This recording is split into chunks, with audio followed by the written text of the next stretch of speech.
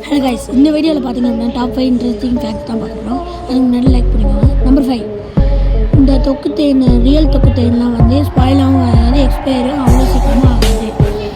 Number 4, இதில் வந்து பார்த்தீங்க அப்படின்னா எர்த்தோட ரொட்டேஷன் ரொம்ப ஸ்லோவாக இருக்கும்.